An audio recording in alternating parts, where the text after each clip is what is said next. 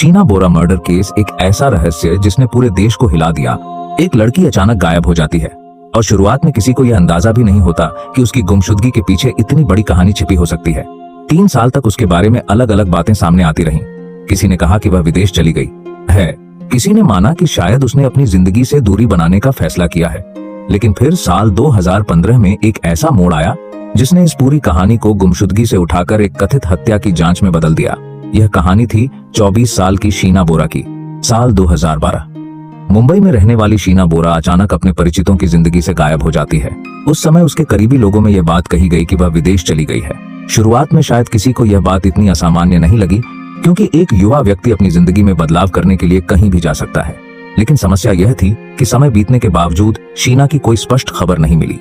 Phone नहीं आया, नियमित संपर्क नहीं हुआ और धीरे धीरे उसके अचानक गायब होने को लेकर सवाल उठने लगे।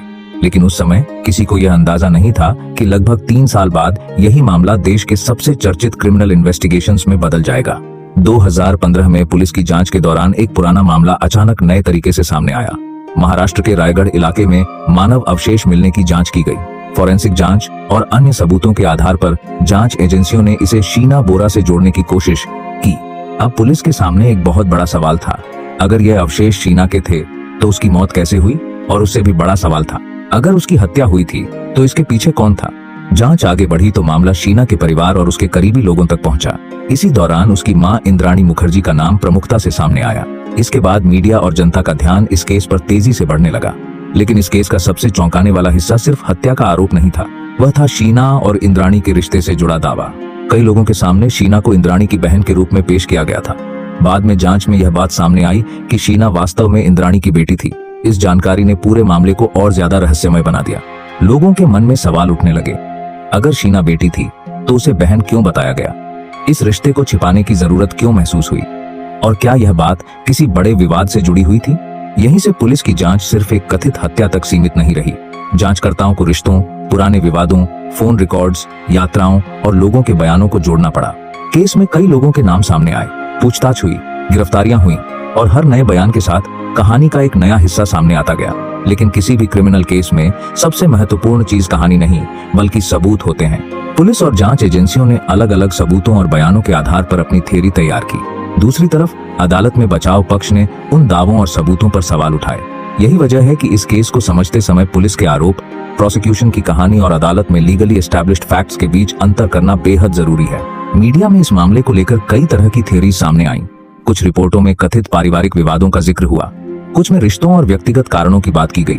लेकिन हर थ्योरी को अदालत में साबित तथ्य मान लेना गलत होगा। यही इस केस की सबसे महत्वपूर्ण बात है। एक तरफ एक युवती की मौत का रहस्य था, दूसरी तरफ एक परिवार के अंदर छिपे रिश्तों की जटिल कहानी और तीसरी तरफ एक लंबी कानूनी प्रक्रिया जिसमें हर सबूत की जांच होनी थी। समय के साथ यह मामला इतना चर्चित हो गया कि देश भर के समाचार चैनलों पर इसकी लगातार चर्चा होने लगी। लोग हर दिन नए खुलासे का इंतजार करने लगे। सोशल मीडिया पर अलग अलग थ्योरीज बनने लगीं और आम लोग भी इस केस को अपने तरीके से समझने लगे। लेकिन जांचकर्ताओं के लिए यह कोई टेलीविजन मिस्ट्री नहीं थी। उन्हें यह पता लगाना था कि आखिर 2012 में क्या हुआ था, कौन लोग शीना के संपर्क में थे, उस दिन कौन कहां था, किसके पास क्या जानकारी थी, कौन सा बयान सही था और कौन सा गलत, और सबसे महत्वपूर्ण, क्या उपलब्ध सबूत किसी व्यक्ति को अपराध से सीधे जोड़ते हैं। यही सवाल किसी भी मर्डर इन्वेस्टिगेशन की असली परीक्षा होते हैं। जांच में डिजिटल एविडेंस भी महत्वपूर्ण हो गया। फोन रिकॉर्ड्स, मैसेजेस, लोकेशंस और लोगों के बीच कम्युनिकेशन को देखा गया।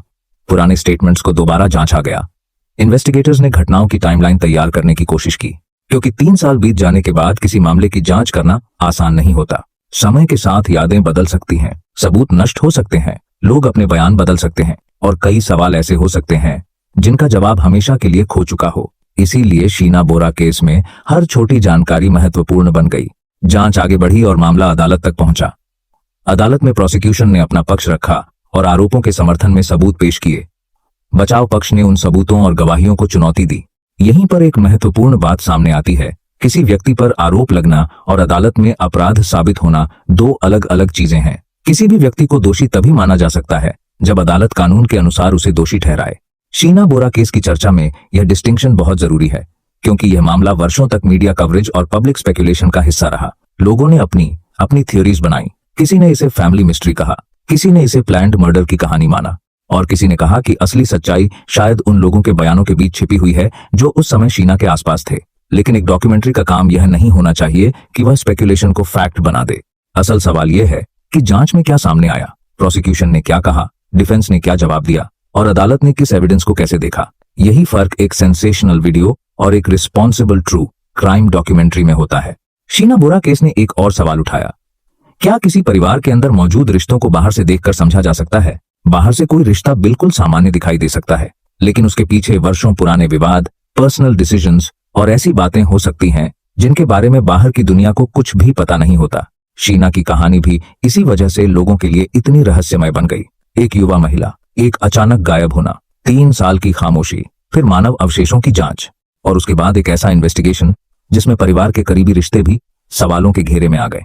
2015 के बाद इस केस ने पूरे देश का ध्यान खींचा और इसके बाद कई वर्षों तक कानूनी प्रक्रिया चलती रही। इस दौरान मामले से जुड़े अलग अलग लोगों के खिलाफ कार्रवाई और अदालत में सुनवाई होती रही। लेकिन ट्रू क्राइम की सबसे बड़ी गलती यही होती है कि हम किसी कहानी का अंत जल्दी तय कर देते हैं। कई बार वास्तविक जीवन में हर सवाल का जवाब तुरंत नहीं मिलता, कई बार एविडेंस इनकम्प्लीट होता है, कई बार अलग अलग लोगों की स्टोरीज एक दूसरे से टकराती हैं और कई बार अदालत को यह तय करना पड़ता है कि उपलब्ध एविडेंस कानून के मुताबिक किसी व्यक्ति को दोषी ठहराने के लिए पर्याप्त है या नहीं। शीना बोरा केस इसी जटिलता का एक उदाहरण है। यह सिर्फ एक मर्डर इन्वेस्टिगेशन की कहानी नहीं है, यह आइडेंटिटी की कहानी है, यह फैमिली रिलेशनशिप्स की कहानी है, यह इन्वेस्टिगेशन और एविडेंस की कहानी है और सबसे बढ़कर यह उस सवाल की कहानी है जो 2012 से लोगों के दिमाग में घूमता रहा। आखिर शीना बोरा के साथ उस समय वास्तव में क्या हुआ था? एक लड़की गायब हुई, 3 साल तक उसकी कहानी धुंध में छिपी रही। फिर जांच ने उस धुंध को हटाने की कोशिश की, कई नाम सामने आए, कई सवाल पूछे गए, कई थ्योरीज बनी और अदालत में एक लंबी कानूनी प्रक्रिया चली। लेकिन ट्रू क्राइम की दुनिया में सबसे जरूरी बात यही है, जो साबित हुआ है उसे साबित तथ्य की तरह बताइए, जो आरोप है उसे आरोप ही कहिए और जहां जवाब नहीं है वहां ईमानदारी से कहिए कि जवाब अभी स्पष्ट नहीं है। शीना बोरा केस आज भी भारत के सबसे चर्चित क्रिमिनल केसेस में गिना जाता है, क्योंकि इसने लोगों को सिर्फ एक हत्या के बारे में नहीं सोचने पर मजबूर किया, बल्कि यह सवाल भी उठाया कि रिश्तों के पीछे छिपे सच को हम आखिर कितना जानते हैं। और शायद इसी वजह से इतने सालों बाद भी इस कहानी का सबसे बड़ा सवाल वही है, शीना बोरा की मौत के पीछे आखिर पूरा सच क्या था?